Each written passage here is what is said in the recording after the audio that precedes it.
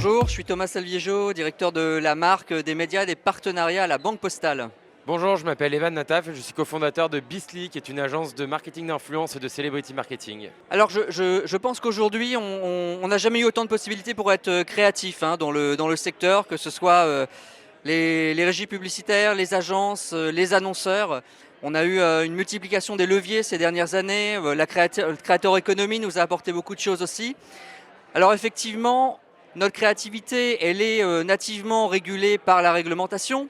Ça, c'est pas nouveau. La réglementation nous accompagne depuis la loi Evin, depuis toujours, j'allais dire.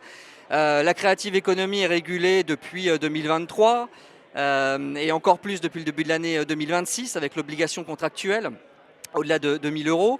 Mais néanmoins, je pense que ce qui change la donne, c'est la multiplication de tous ces nouveaux leviers de communication à transformer la manière dont nous, les marques, on communique. On peut faire beaucoup plus de choses qu'avant et ça pose la question de notre responsabilité bien plus qu'auparavant.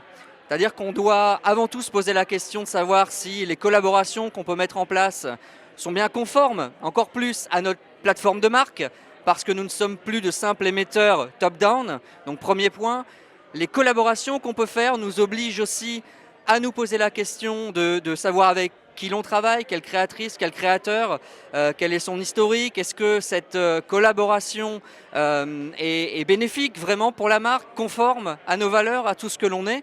Et puis le dernier point, et c'est peut-être le plus fondamental, je pense que nous n'avons jamais été aussi influents, nous les marques, que depuis qu'on peut communiquer autrement que par la publicité classique. Donc ça pose encore plus la question du narratif qu'on déploie, des représentations de la société qu'on donne, parce que nous sommes très très influents et il faut en avoir conscience avant de lancer des opérations de ce type, à mon sens. Moi, ce qui m'intéresse, c'est la manière dont les marques peuvent intégrer justement cette culture et prendre parti. Ça passe souvent soit par du divertissement, soit par de la pédagogie. L'important du coup pour eux, c'est de trouver les bons points d'accroche qui soient en lien avec leur plateforme de marque évidemment, mais surtout en lien avec les audiences qu'ils cherchent à adresser. C'est-à-dire que quand on active un influenceur, finalement, il ne faut pas chercher à toucher tout le monde et à parler à un maximum de gens. Il faut choisir une approche qui est sur mesure et qui est cohérente avec sa marque et son message.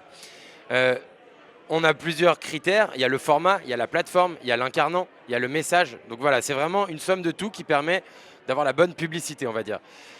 Donc quelle est la place de la créativité là-dedans? En fait, la créativité permet de rassembler des communautés, de générer de l'engagement, de créer de l'émotion. Ce qui émerge finalement sur le réseau, c'est des formats, donc c'est des vidéos, c'est des photos, c'est de la créativité, c'est des sketchs. Et la question, c'est comment est-ce qu'une marque, finalement, elle ne tire pas par les cheveux les influenceurs pour leur forcer un discours qui ne fait pas vraiment sens avec ce que les gens attendent de ces créateurs.